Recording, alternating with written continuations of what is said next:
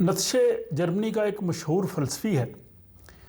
جس نے سپرمین یا مرد اہن کا تصور پیش کیا تھا، جس کے جواب میں علامہ اقبال نے مرد مومن کا جو ہے وہ تصور پیش کیا۔ نتشے کے بارے میں یہ مشہور ہے کہ اس نے کہا تھا کہ خدا مر چکا ہے، یعنی وہ خدا کے وجود پہ بھی ایمان نہیں لاتا تھا۔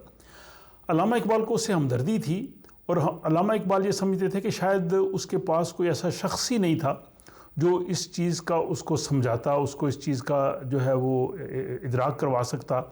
کہ خدا کے وجود کا جو وہ انکار کر رہا ہے اس کی جو ہے وہ غلط فہمی پہ مبنی ہے۔ اور اسی حوالے سے علامہ کا یہ شعر بہت ہی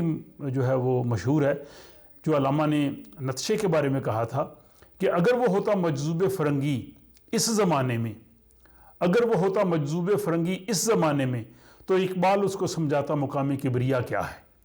تو یہ علامہ نے جو نتشے ہی نہیں بلکہ جو یورپ کے دوسرے فلسفی تھے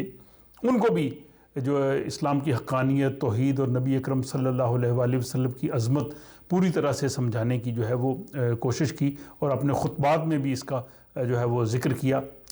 اسی حوالے سے انگلستان کے پروفیسر نکلسن جو کہ علامہ اقبال کے استاد بھی تھے اور علامہ اقبال کے ایک سبجیکٹ میں وہ ایگزامینر بھی تھے، انہوں نے علامہ اقبال کی جو کتاب تھی اسرار خودی، اس کا ترجمہ دی سیکرٹس آف سیلف کے عنوان سے کیا۔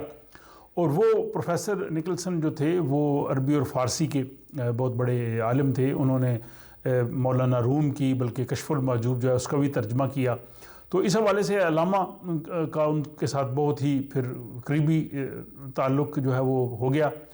ایک روایت ہے کہ ایک موقع پہ وہ پروفیسر نکلسن نے علامہ اقبال سے یہ پوچھا کہ آپ جیسا ایک جو ہے وہ فلسفی اور جو اتنا بڑا جو ہے وہ علوم رکھنے والا اور دنیا کو سمجھنے والا، کیا آپ بھی خدا کے وجود پہ یقین رکھتے ہیں؟ کیونکہ پروفیسر نکلسن کے بارے میں یہ کہا جاتا ہے کہ وہ شاید توحید پرست نہیں تھے۔ تو علامہ نے کہا کہ بالکل میں خدا پہ بالکل یقین رکھتا ہوں اور میں سمجھتا ہوں کہ یہ بالکل حقیقت ہے، اس میں کسی قسم کا کوئی شک و شبہ ہی نہیں کہ خدا جو ہے وہ موجود ہے اور وہی اس پوری کائنات کا خالق ہے۔ تو پروفیسر نکلسن نے کہا کہ آپ ایک بہت بڑے فلسفی ہیں،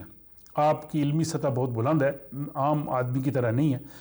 آپ مجھے اس کی کوئی دلیل دیجئے جو مجھے قائل کر سکے۔ آپ کیسے ثابت کریں گے کہ واقعہ ہی خدا جو ہے وہ موجود ہے؟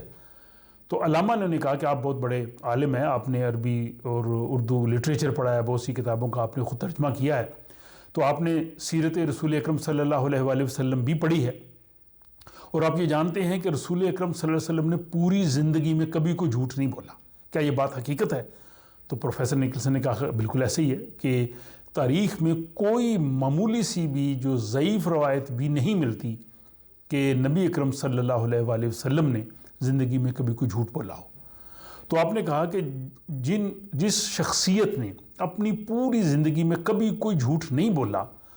وہ یکجک خدا کے وجود کے بارے میں جو بات کر رہا ہے وہ کیسے جھوٹ کہہ سکتا ہے؟ تو چونکہ میرے نبی نے پوری زندگی کبھی جھوٹ نہیں بولا، تو میرے نبی نے کہا ہے کہ اللہ تعالیٰ ہے اور خدا کا وجود ہے، تو میں اس لیے خدا پہ ایمان لایا ہوں کہ رسول اکرم صلی اللہ علیہ وسلم نے مجھے یہ خبر دی ہے۔ یہی مجدد الفسانی نے بھی اپنے مکتوبات میں لکھا تھا۔